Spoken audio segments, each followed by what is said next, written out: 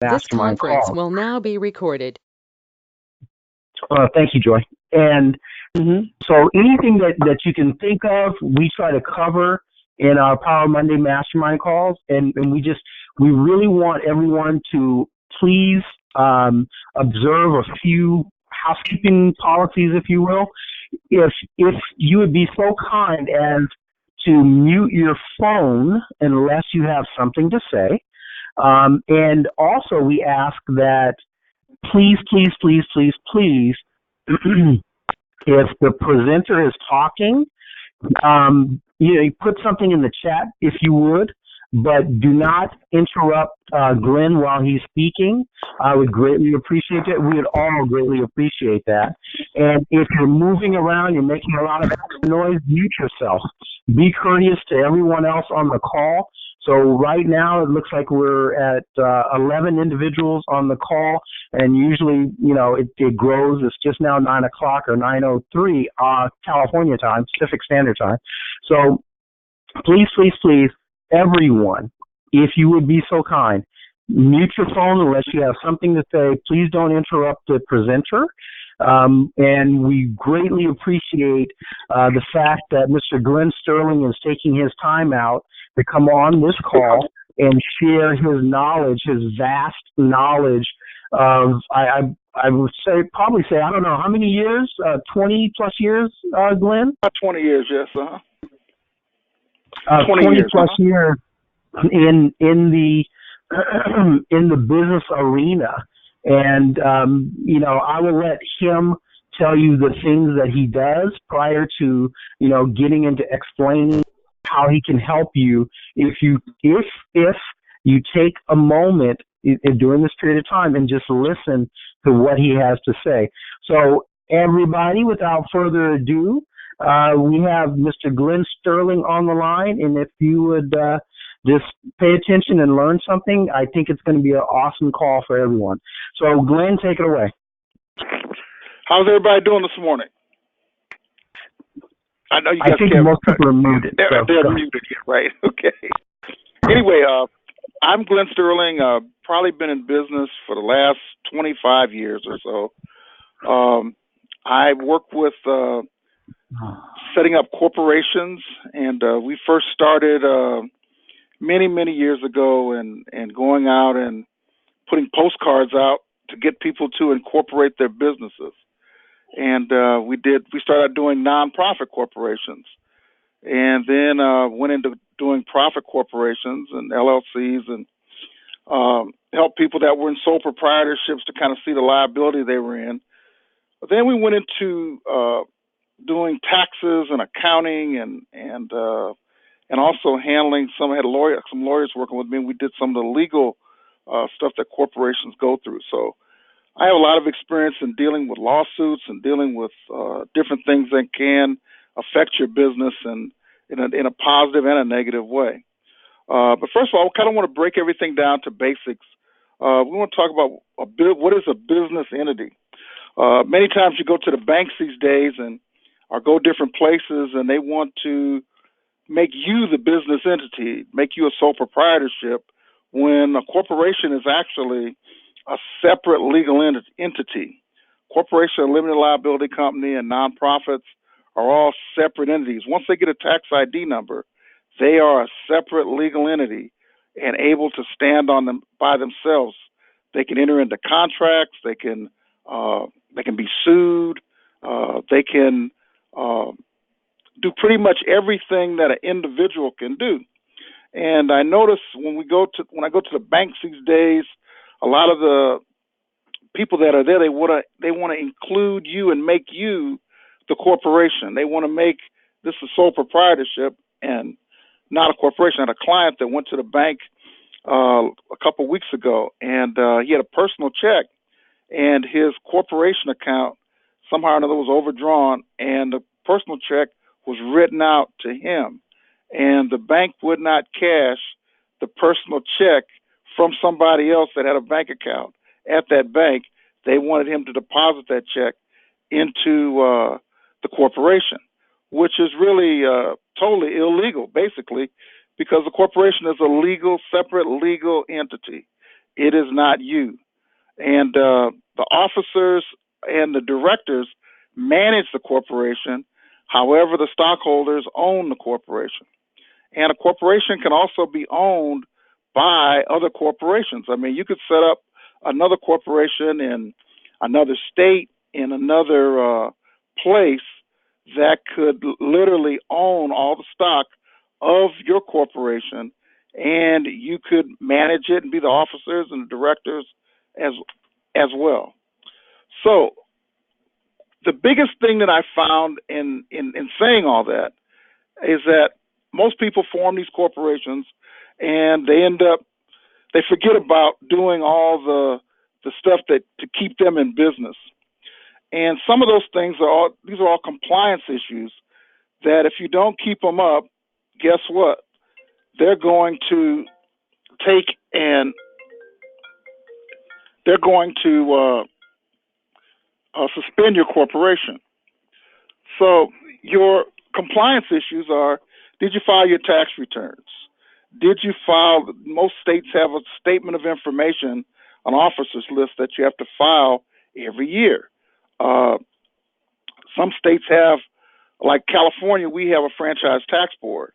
And the franchise tax board here is set up that if you don't pay their franchise tax or if you don't file your statement of information, they will purposely suspend you because they charge penalties and fees to make money for the state. So when you go to revive the corporation, you have to pay all those fees back as well as the taxes to get your corporation revived. So those are areas. One of the biggest areas that I found over the years is that people come to me and their corporations are suspended, and it's not because they're so busy handling business that they don't take the time out to every year or every month sit down and do the compliance that's necessary to keep the corporation in business. I have a situation right now where this is a corporation that's made a lot of money, and they're in the process of dealing with a lawsuit. Well, the minutes of meeting, annual minutes of meeting and minutes of monthly meetings need to be completed every time you have a meeting. That's a legal document that needs to go in that corporation book that you got when you formed your corporation, if you're incorporated. But those are all key things that you have to keep up with that sound very minute, but there is a lot of value in that, because if you get sued, the judge is going to may ask to see your bylaws. A lot of these companies out here today, they want you to have basically just get the articles of incorporation done.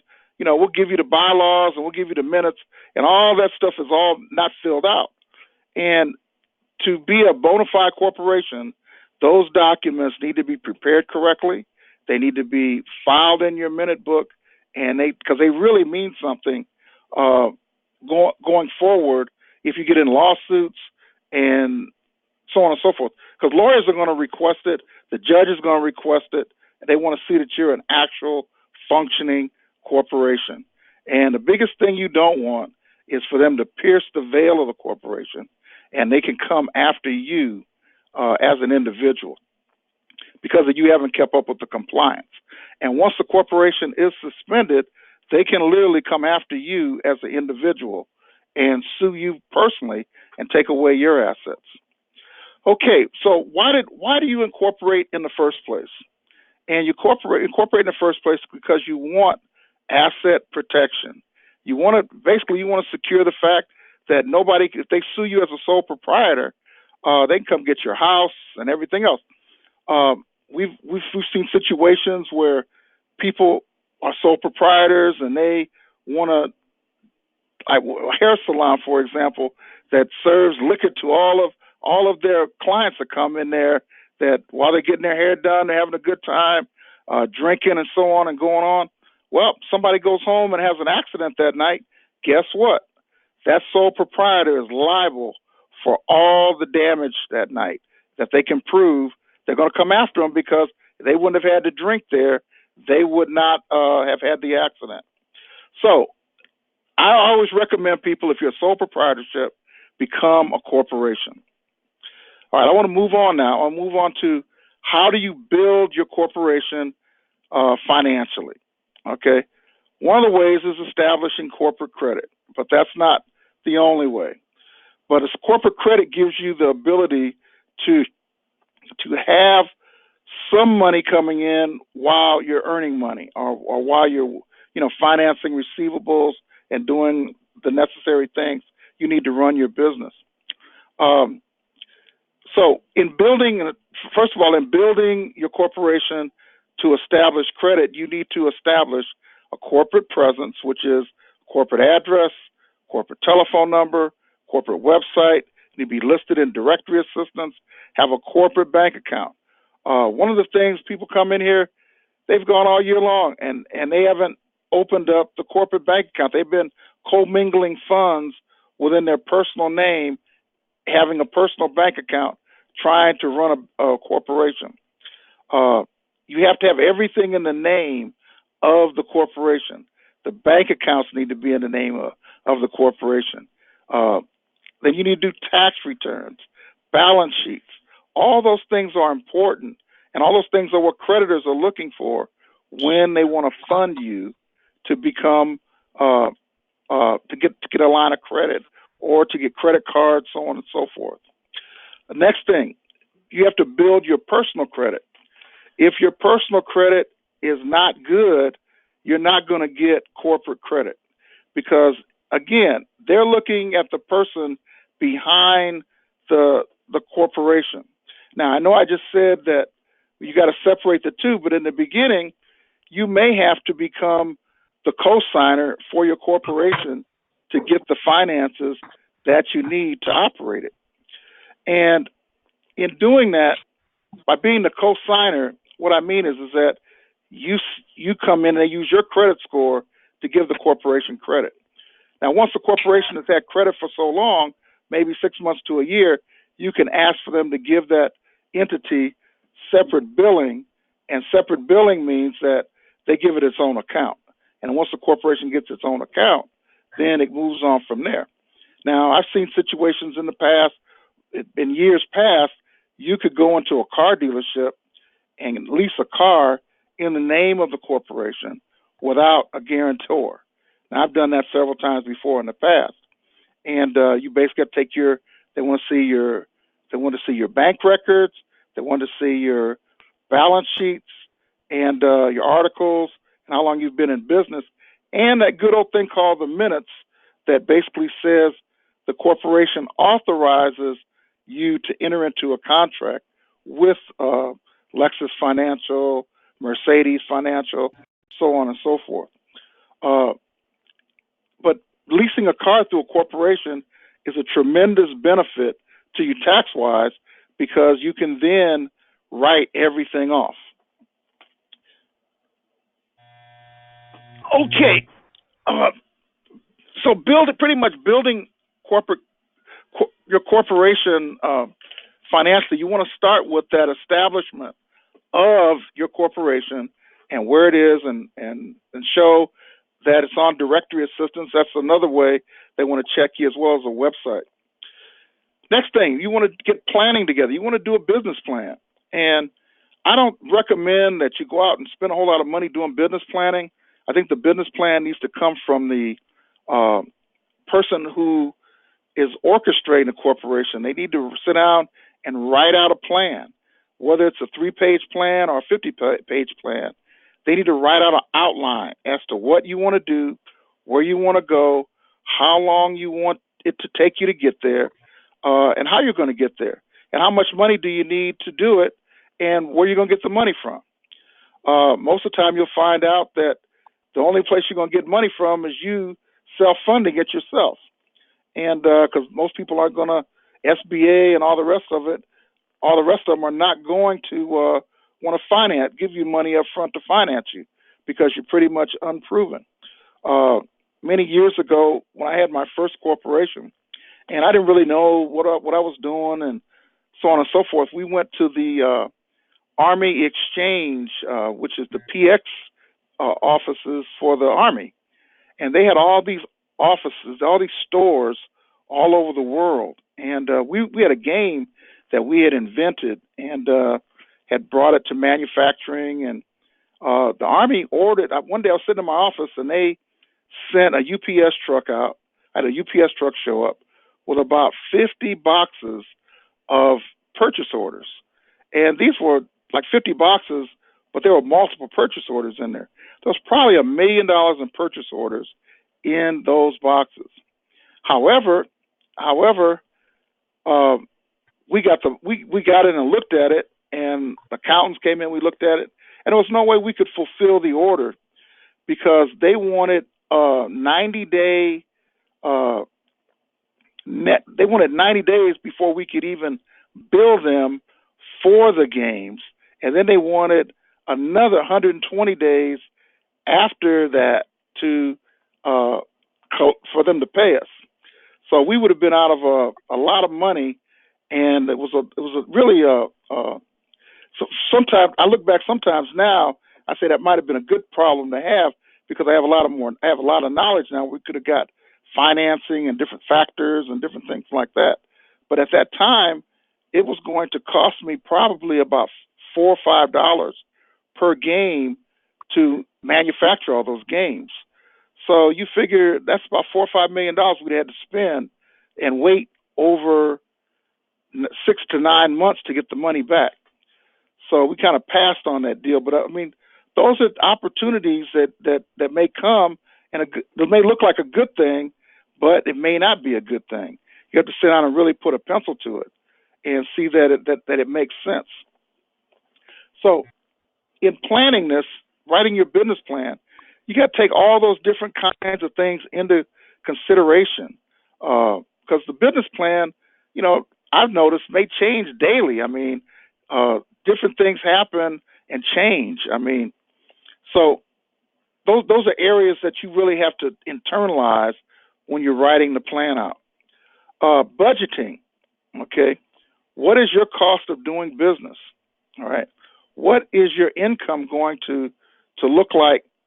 Your personal income. How are you going to take an income out of the corporation, or are you going to pass on your income to help build the corporation? You got to look at your income, and you also have to include your tax in that and your personal tax. What's your income tax going to be on the money that's coming out? What is the cost per year, per month, per week, per day? I always try to tell people that I always base it. If you base it on $100,000, just round figures, $100,000 comes out to $8,000 a month. It comes out to $2,000 per week, $400 per day, and $50 an hour. So if you're trying to make $100,000 a year, well, you got to do $8,000 a month, $2,000 a week, $400 per day. So how many widgets do you have to sell each day to make that $2,000 per week and that $8,000 per month and $100,000 per year? And if it's $200,000, you got to double that. So those are some kind of the numbers you got to kind of play with, and you play with them and figure them out and get them in your heart where you know that you can make it. And sometimes, and then you got to chart it all. You got to put it all on paper. And every week you need to stop at the end of the week and say, how many sales do I have?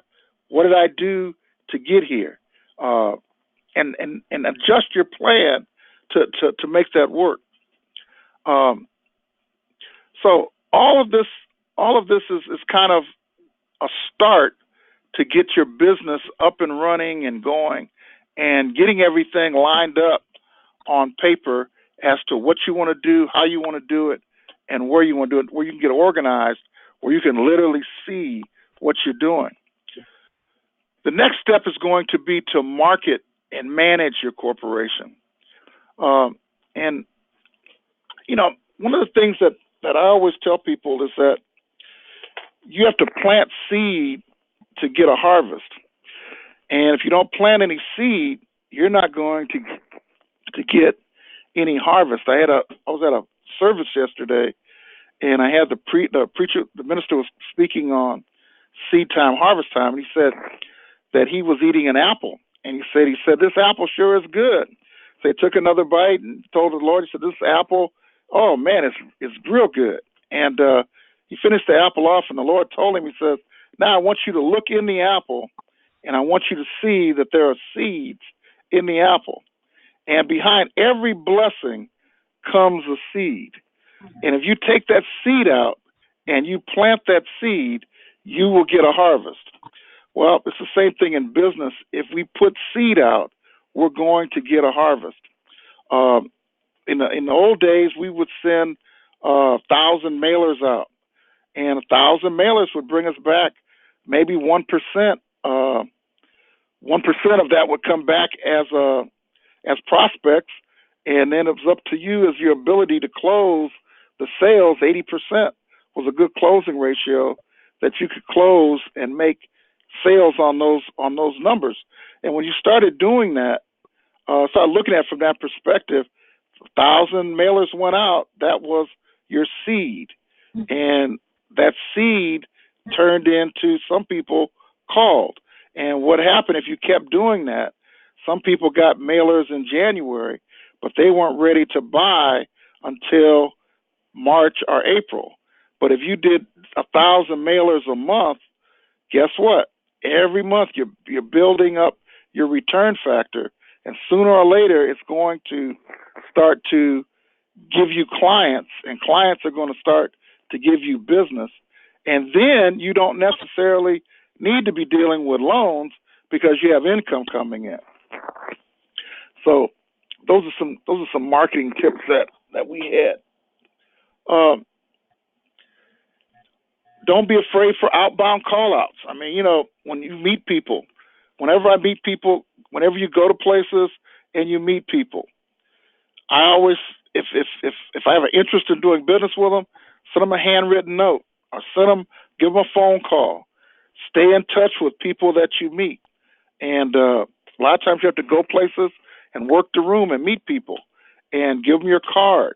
And I guarantee you that people will start, if they have a need for your service and your card is there, they will call you to do business with you.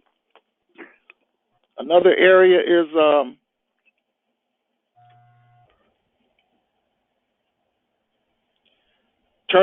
basically you got to turn information into sales. When you have information that comes into your office, look at it. I mean, people send you mailers. Look to see what they can do to enhance your business, or do they need your products? So those are some areas in just turning around and doing basic. I'm giving you basic stuff that you can do to kind of build your corporation to the point where it starts to make money. The biggest problem you're going to have is you got to stay motivated. And going through all the things that I've talked about are going to create a lot of different factors. There's going to be seasons of disappointment, seasons of discouragement, and you have seasons of success. And when you're going through the seasons of disappointment and seasons of discouragement, you have to keep fighting on, because you might just be one call away from making a sale, or one call away from doing something that's going to make your business big. And there's nothing wrong with operating small and going big either when you first start out. Just for example, I'll share this with you.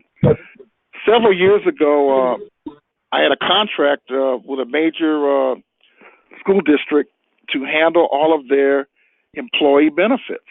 And I'm a licensed insurance broker, and we also do insurance through our business for our clients.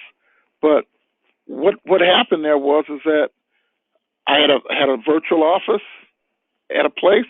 We had all my phone calls went to a live answering service, and the phone calls would come in. They would call me to see if I wanted to speak to the person that was on the other phone. If I did, they would transfer me the call, and we would handle it. If I had meetings, had virtual offices, really all over the country that I could go meet with people in. But in this particular case, I could meet with them at an office that was close to their facility. So it made my corporation look very big, even though we were very small. But we were able to get into that contract and do a good job and make money. So it's not about, it's a lot of times it's not about having a big Wall Street office. You can work out of your house, have a virtual office, which gives you the presence, which gives you the ability to attract customers to you, and really, if you have the professional tools to work with, it can be a great advantage to you. So what I would like to do is, at this point, if it's okay with Pasquale, to kind of open it up, and let's have some questions, and I can answer them if I can, and we can move forward. Absolutely. If anybody has any questions or what have you, you can simply unmute yourself, ask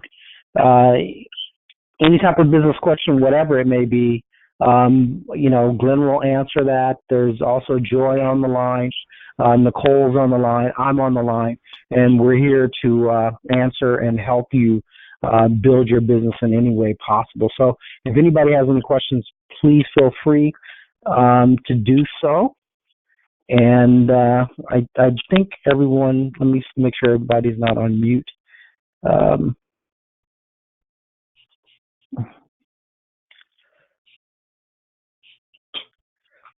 So I think, Joy, if you can check if you're on your computer.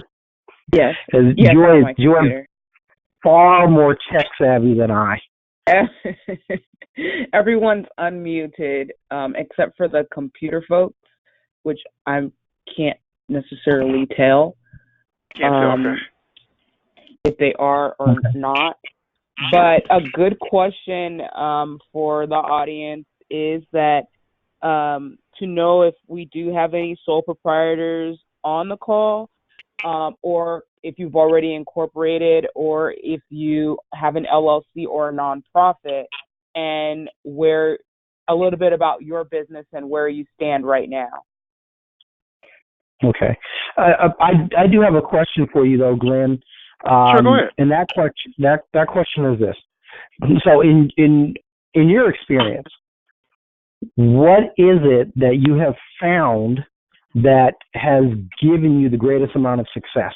I know that's kind of like a broad thing, but what I've always found when I talk to people that are in business and that have had different levels of success, there's always one underlining factor that they're able to pull out. And what is your underlining factor that you've been able to pull out from your years? Well, I would say, I'm going to be very honest with you.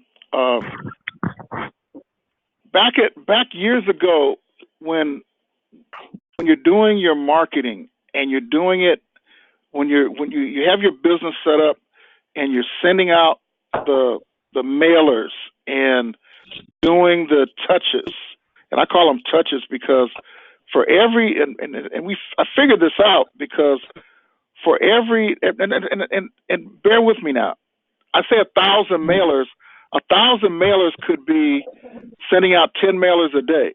All right, you may not have enough money to do 1,000 mailers right off top of the bat because that's about what's 49 cents a stamp. All those mailers together, but you do have time to do 10 a day. And I would send out 10 mailers a day, and you start getting a response back. Okay, that was basically when we were doing business without a computer. Okay, now if you're doing email blasts and you start to get back your email blasts, then you have customers coming that way. But I would say, we would do the mailers, and the mailers would come back, and then you'd have an appointment to go deal with a client. The school district came as that was probably the biggest sale that I've ever had, but that came as a part of going different school districts, find out when they took bids in, and being able to talk to the right people to make that happen. But you'll find out that once you start getting in to the big jobs like that, they're not as difficult as you would think, because basically you're dealing with people. and you have to go in and make presentations, and you're not making the same presentations you're making for your employer right now. If you're working for somebody, it's going to be the same presentation you're going to make for your business. And I've always tried to make my corporation my employer and really not be the owner of my business. All right. Because that gives me a good mindset that I got to go to work every day like I normally would if I was working an 8 to 5 for somebody else. So in doing the hard work, that's what gives me that's what has given me the success every week or the success every month. And you got to be able to take the ups with the downs, the good with the bad, because you're going to have some bad times too, and you got to be able to cover yourself when you're going through the bad times.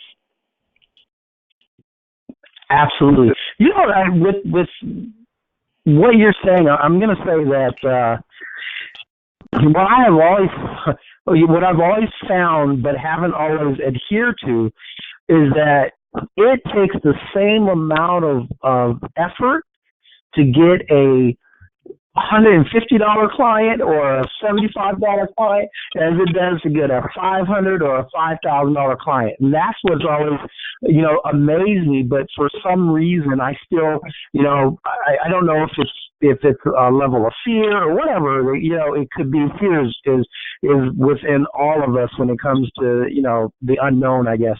But what I really have found is that what you're talking about, so nowadays, yes, it's going after, as opposed to using mailers, which is actually still a good idea, everybody, believe it or not. Using mailers, you're using, the internet to go after clients. But the thing that I find is, once again, is that if you're going to go after someone, go after the people that have an interest in what you're doing. So if you're doing business services, go get a list from your local county of all the new businesses that have been opened up in your county. Every county across the country will provide you a list of people that have filed. Every state in the union, you can get a list of everyone who's incorporated in the state. And if you don't want to go directly to the state, there are a ton of companies out there that will do all the hard work and give you and sell you a list. So it's a no-brainer. And as Mr. Sterling was saying, honestly, just once you get that list of qualified people, in other words, people, if you're into whatever it is, there's a list out there that you can purchase, whatever you're thinking about doing. There's a list or some place to go get that list. You can even, just go through the local directories online and pick out people. If you're in the hair business, you can go through the local directories and find people that do hair in your, in a 10-mile, 20-mile, 30-mile radius.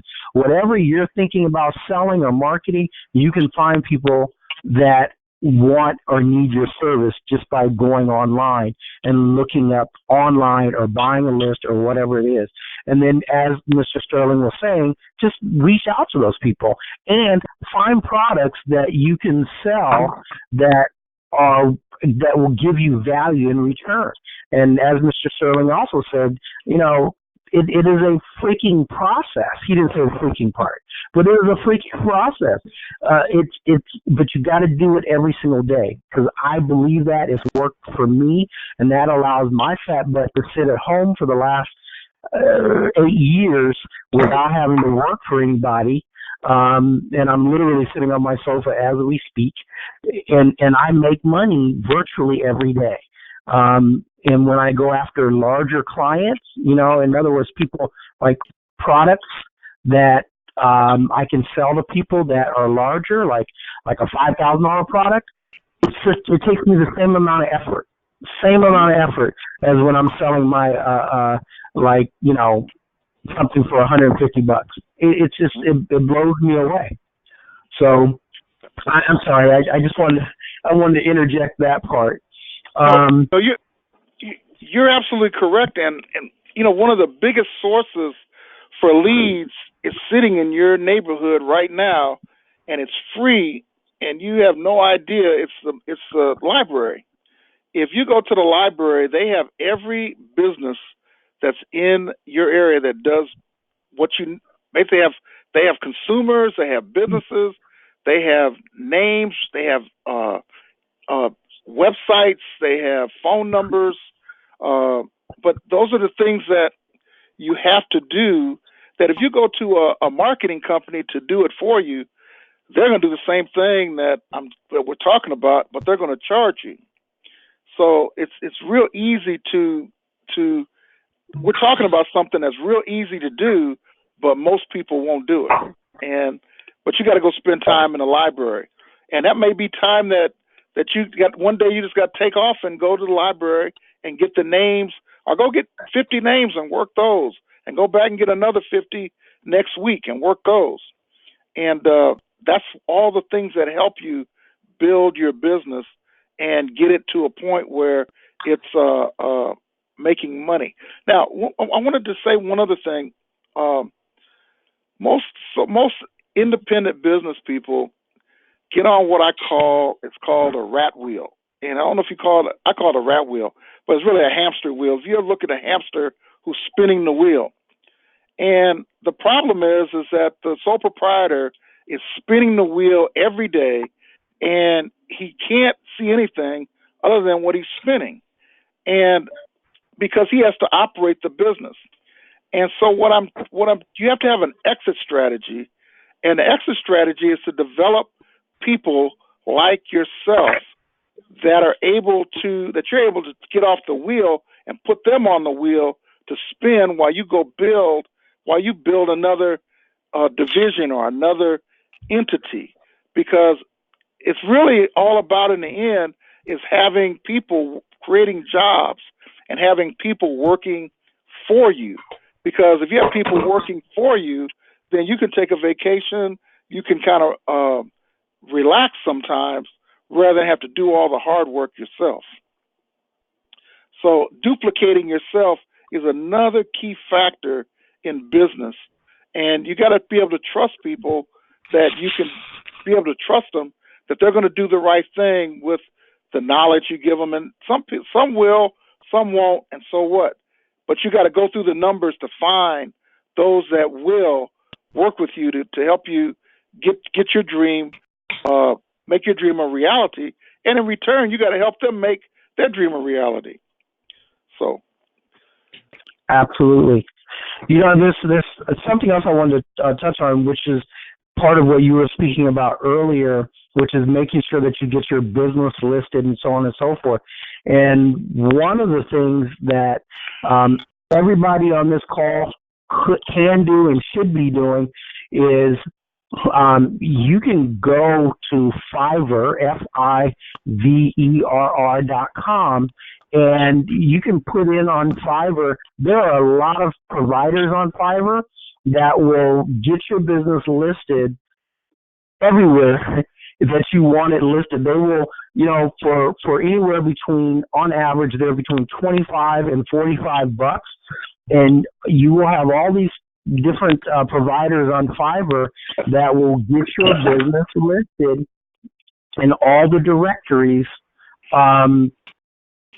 for you. So if that's something you don't even have to do. You want to make your business look like a big business, like you're really doing something, get yourself a business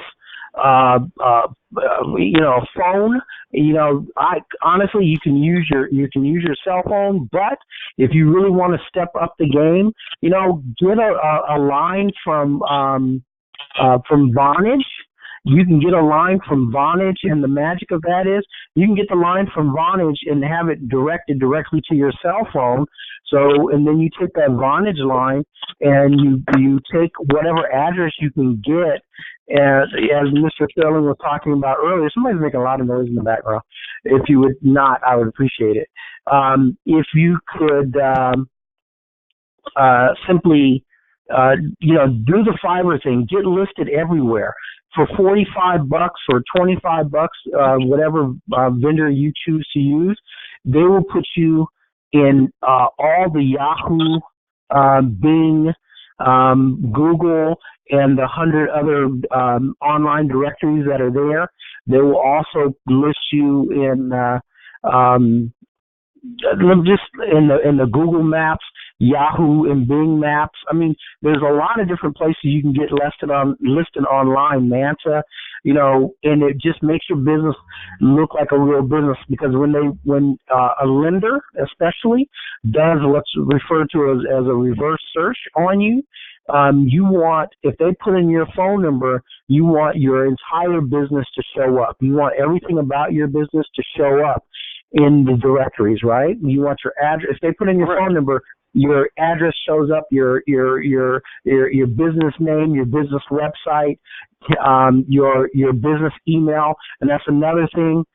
Please stop using Gmail as your business mail. Just spend the $12 or $13 a year, buy the domain name for your business from GoDaddy, which is what I use, and then spend the extra couple of dollars to get yourself, so like mine is Pascal and Vanguard Global LLC. Yours could be, John, Becky, Bill, whatever it is, at whatever your domain's going to be.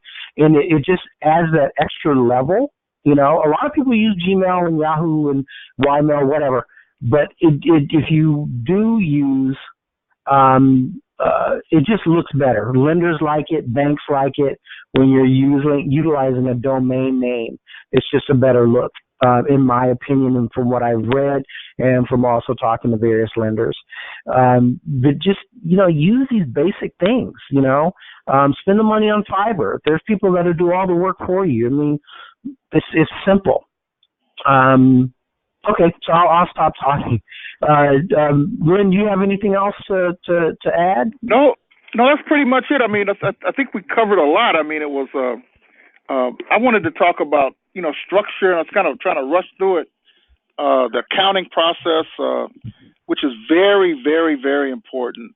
You have to know what your business is doing monthly, weekly, annually. You can't just you gotta close the month out at if you work for a company, they would always close the month out every month. What was the revenue? What was our expenses? Where are we to plan? And those are things that you have to do as your own business person. You have to put those, even if you don't have a whole lot of data to do that with, a whole lot of money to do it with, where you haven't made a lot of money, you didn't make, but you still need to put those reports together every single month to get in the habit of doing it, so that once your business takes off, you're in a habit of doing it. And if you had 5,000 come in that month, well, where'd it go? And make sure that you're charting where it went, because at the end of the year, when the taxes come up, you need to put all that in your tax return. And if you end up getting audited, you need to be able to have the receipts and have everything to back all that up. Now, just so you know, corporations under probably $1 million don't get audited, okay?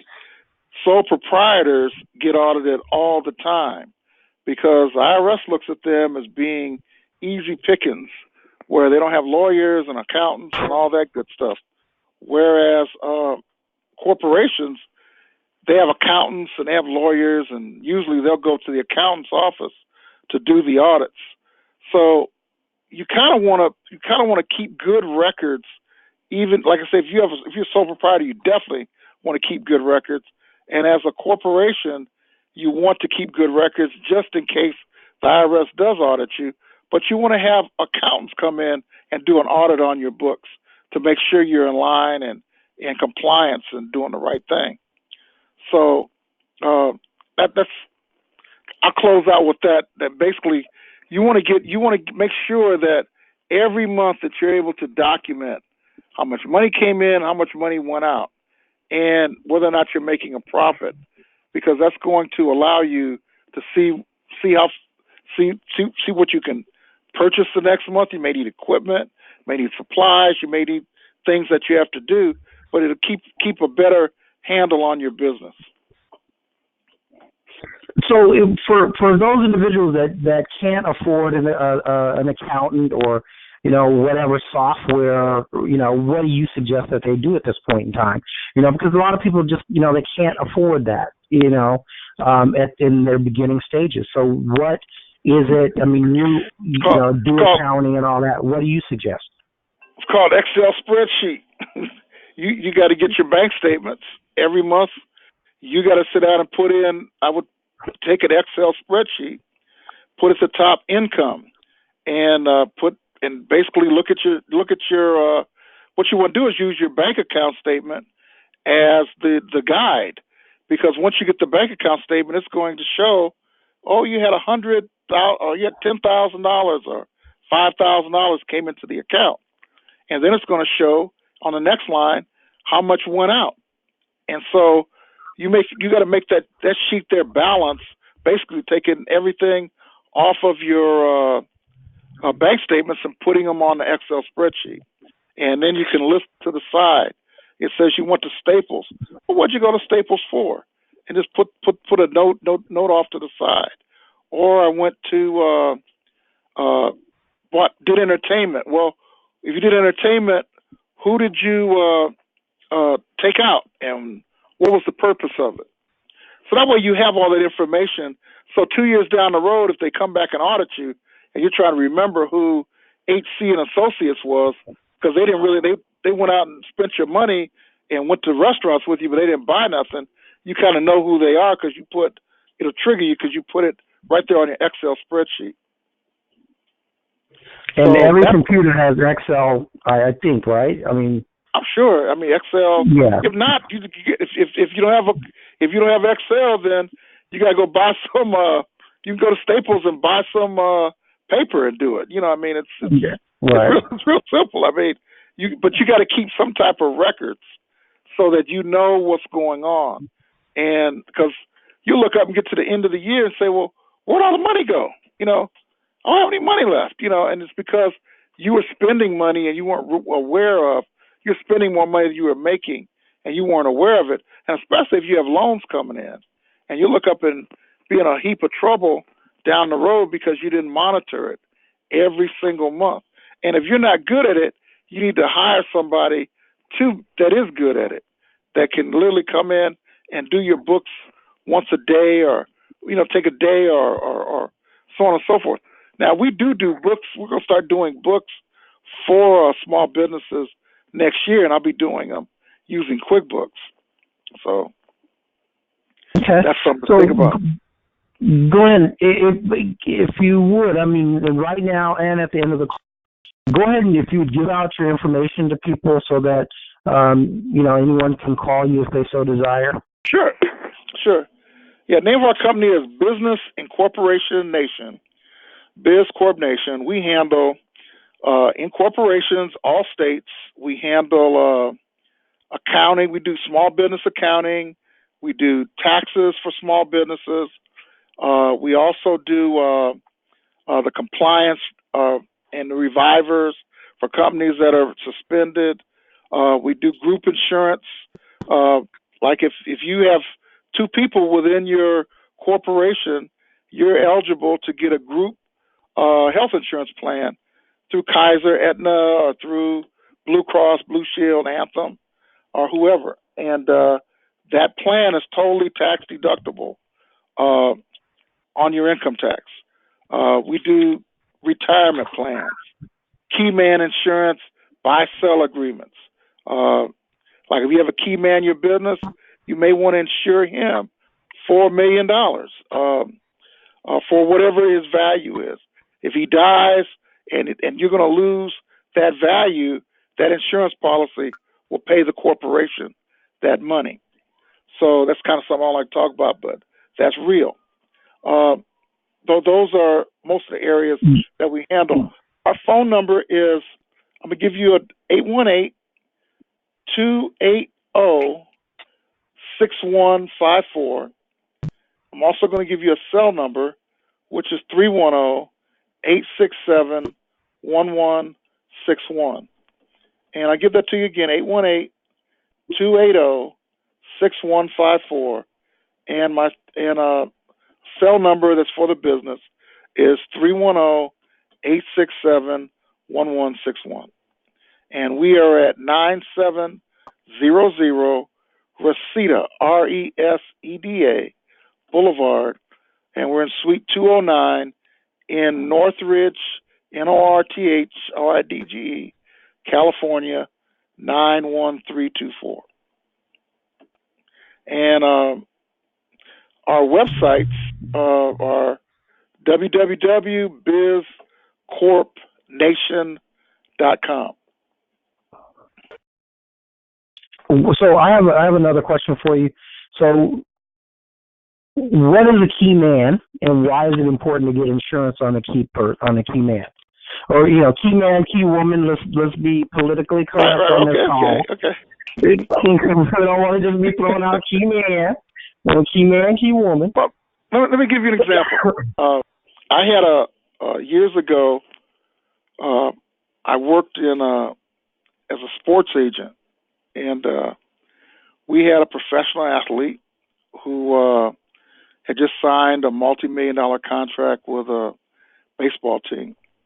And the ball club wanted to insure his life, that if something happened to him, that instead of them having to pay the contract to his wife, that the proceeds from the life insurance policy would pay her, would pay off to her. Okay. So we insured the policy for the amount of his contract. And if, in fact, the ball club had to pay it, she would have had to pay income tax on the money. And because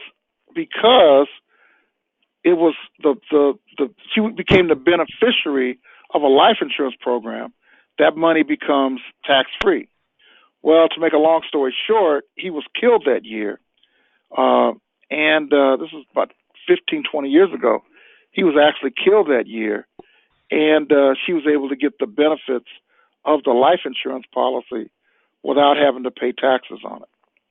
Otherwise, she would have had to pay what's called inheritance tax plus income tax on all the money that was made. So in effect, the key man or key woman policy is simply you're insuring the most important value or person of the corporation or of the business or what have you. Let's say you're the key man, and you're the one bringing in all the revenue. Okay, if you die, the business goes out because nobody knows what you know, and the business could collapse probably within 6 months because you are the key person of that business. Okay. It's like a televangelist. They are key people of their ministry. If they die, that ministry can go under. So you insure that person for $1 million or $2 million or whatever the value is. And if the person dies, it can either go to the wife, if you want to say that, because, or the husband, because they don't have to pay the taxes, or it can come the corporation can be the beneficiary of the money as well. And if the money comes back to the corporation can function while it's trying to regroup to get back on its feet. Absolute. And we've all seen that happen many times in the world, whether you realize it or not. People. Now, one thing I want to say this to you too before we go. The best thing to do if you got it, let's say you had $1 million that came back to the corporation, you don't want to take that money and spend it on expenses for the corporation. That seed money, I would take it and invest it in, let's say, mutual funds or something that's a growth and income account that's going to bring the corporation money every month. So if you had $1 million and you put it in a growth and income fund and it was paying 10% per annum, that would mean that $1 million was bringing in $100,000 a year for the business. So that money would continue to come forever because as long as you're getting 10% on it, you might get 12. I mean, but you'd want to get an investment advisor at that point to advise you on what to do with that income versus spending it, and in a year that money's gone. Absolutely. So, it would bring to mind a few other things that I just wanted to cover real quick because a lot of people tap into this call for funding advice. What would you give to people as far as funding advice and going after business credit and that type of thing? Business credit. Well, the business credit. First, like I said, you first have to have your corporation set up right. Second thing is you got to be whole as the person being the guarantor. And when you start to get business credit, you literally have to manage that money. You can't just get it and because it's there and go spend it. You have to manage it and make sure that you use it for the purposes in the business that you need it for. If you're behind, like let's say you have a contract pending and you're trying to cover expenses till you get that contract funded. Okay, well, that's a good thing. Well, you got to get the money to pay the bills so they don't kick you out your office and all that good stuff. So you'd get a loan. Now you can get a credit card to do that. I've seen people do it with credit cards. I'm not a fan of SBA loans because SBA loans, you got to put up collateral and could be your house or whatever.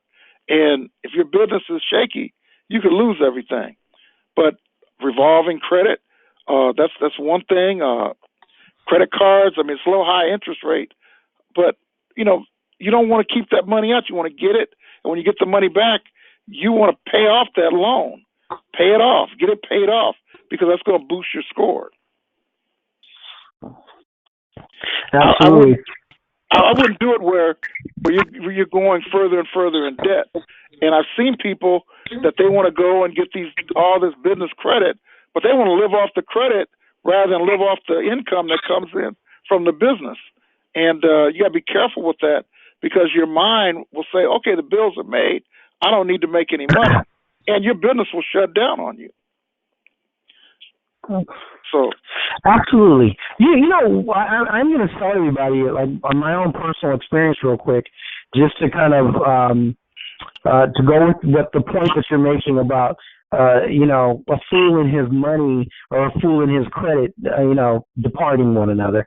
Because I was that fool. I had raised hundreds of thousands of dollars, about $400,000 in credit cards and all business line of credit cards. And then I had probably, I don't know what it was in corporate cards, not anywhere near as much as I did in business credit cards. But, back in the day, you can get money from KeyBank and other places and, like liquid cash credit cards with a Visa on them. And the thing is, I was making good money. We had a business that was doing the medical supply business that was doing between, high 300s and 450 a year. And back then, it was good money. I was making money easily every month. And the thing that was, though, is I had all these credit cards. And what I would do is I would go out and we'd go on vacation or whatever the case may be, and I always was Big Willie.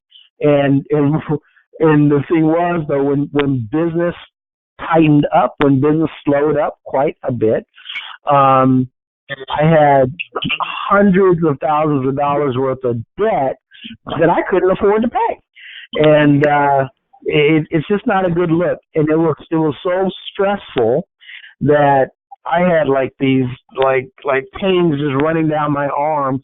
And I went to the cardiologist, and he was like, yeah, stupid, that's called stress pain, because I thought I was having a heart attack 4 or 5 times a week. And it was just like all stress, because I literally, like, I had a $30,000 Chase card at one point, and I remember just going out. I was a lot younger, but we went on vacation, and it was nothing buying the bar when all my cousins and all that were around because I was Big Willie. So yes, a fool and his money soon part. I'm just telling you from personal experience. So it is a very wise thing, and I believe I'm much wiser as a person to really utilize the money that you get in business lines of credit or credit in general to make yourself money. Spend that money, right? Spend the money that you're making wisely, though. Don't use the money that you're generating via credit to just be an idiot, to be wild. And, I had a bunch of property at one point in time and did the same thing. I would pull 70 grand out of a property. I tell you, literally, I pulled $73,000 out of a condo I had in Moreno Valley, California. I can't even tell you where that money went. And it was just like, ding, gone. It was gone quick, fast, in a hurry. And I looked up one day, and I was like, didn't I just have that? And it was gone.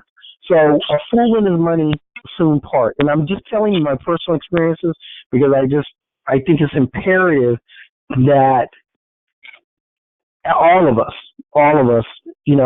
take what we've learned today on this call and take it to heart. Start logging down everything. Use the Excel spreadsheets. If you don't have any money to pay somebody, use Excel spreadsheets and log everything, because there's nothing like visually seeing where your money's at to make you tighten up. I'm just telling you, when you can see that you just spent X amount of dollars on eating out or something stupid that you could have not done, it makes you look at things differently. But if you don't see it in front of you, it doesn't mean anything to you, if that makes sense.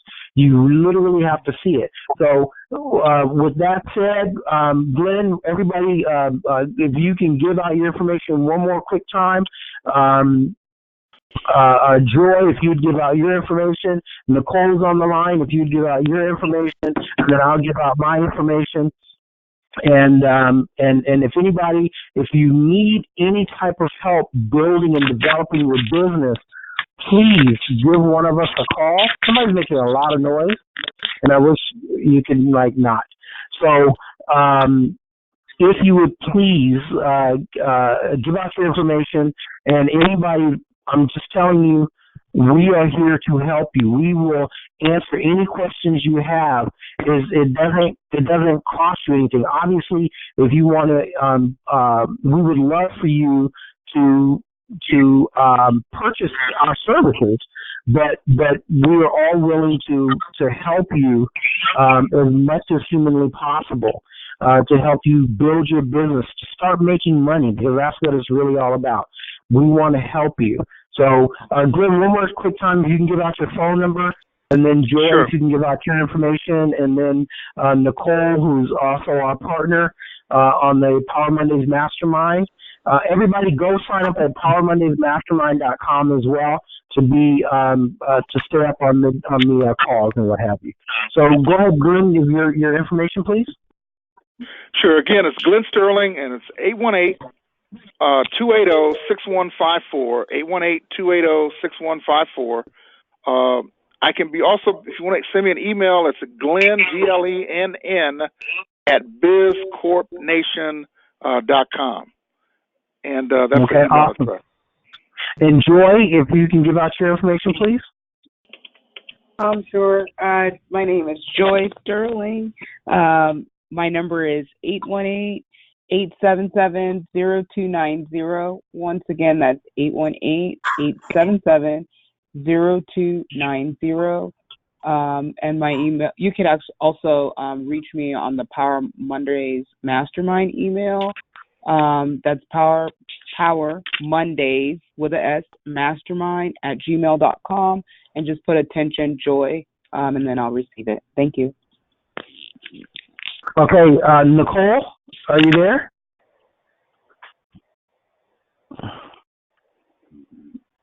Okay. All right. Well, anyways, Nicole's information is Nicole Tarver. She might be muted for some reason. This system that we're utilizing. So Nicole Tarver 872-207-4096. 872-207-4096. And that's for Nicole Tarver. And for myself, you can reach me at, it's Pascal, Pascal, Mansell, Mansell. And my number is 951-515-4728. And once again, 951-515-4728. And you can also reach me at the Power Mondays Mastermind at gmail.com. And we don't use that Gmail for external business, so that's why we're using a Gmail. So Power Mondays Mastermind at gmail.com. And please, if you're interested, sign up at PowerMondaysMastermind.com. And if you have any questions or you need help building your business, you need help going after setting up your corporation, if you need help with developing business credit, corporate credit, what have you, you can give any of us a call. We'll be more than happy to help you. Thank you so much. This call is over. And Mr. Glenn Sterling, thank you so very much. We really appreciate you coming on the call and sharing your knowledge. Thank you. Thank you. Okay, bye-bye. All right, take care, everybody. Bye-bye.